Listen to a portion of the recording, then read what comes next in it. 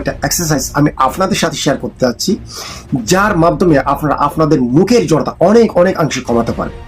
সেটা আমি কোনো শোনা কিংবা কারো দেখানো কাহিনী নয়, এটা আমার বাস্তব জীবনের এক্সপিরিয়েন্স আমি আপনাদের সাথে শেয়ার করতেছি। এটা আমি আমার উপর বিশ্বাস করে আমি আপনাদের সাথে শেয়ার করতেছি এই কথাগুলো। আমার মুখের জড়তা কি পরিমাণ ছিল সেটা আমি আপনাকে ভাষা দিয়ে প্রকাশ করার মতো নয়। আমার মনে হয় পৃথিবীর মুখে আমার চেয়ে মুখের জড়তা বেশি আর কারো আছে, হতে পারে, আমি বিশ্বাসই করি না।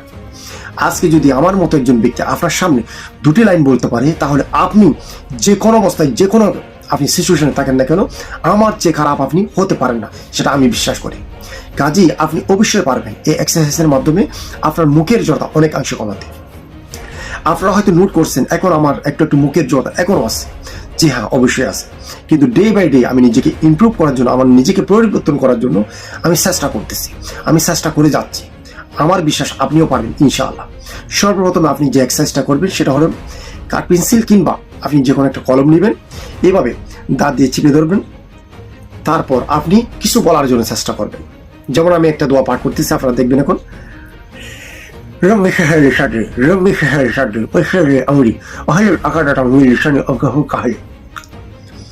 আমি দেখলেন একটা মুখের জড়তার দোয়া পাঠ করলাম।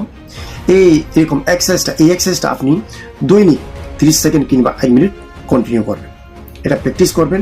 এর মাধ্যমে এটা করার পর আপনি নিজে একটা অনুভব করতে পারবেন আপনার মুখের জড়তা কতটুকু কমেছে। সেকেন্ড যে এক্সারসাইজটা সেটা করবেন, দুটি টুট আপনি দেখছেন আমার মুখের জড়তা এখনো আমার মুখের জড়তা আসতেছে। জি হ্যাঁ, তো আপনাকে যে নেক্সট এক্সারসাইজটা আমি দেখাবো, সেটা হলো কি দুটি টুট আপনি ভাইব্রেট করবেন। লম্বা একটা নিঃশ্বাস আপনার ভিতরে বুকের মধ্যে নেবেন, বুকের মধ্যে নিয়ে সেই নিঃশ্বাসটা আপনি টুট দিয়ে ভাইব্রেটের মাধ্যমে আপনি বাহির করবেন।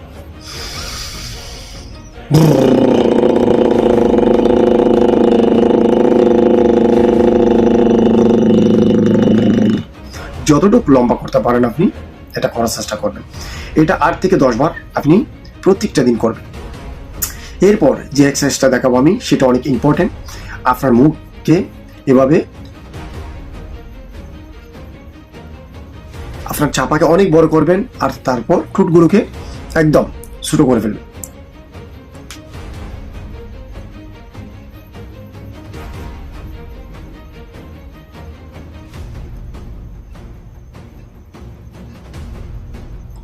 এই 3টা এক্সারসাইজ আপনি করে দেখেন।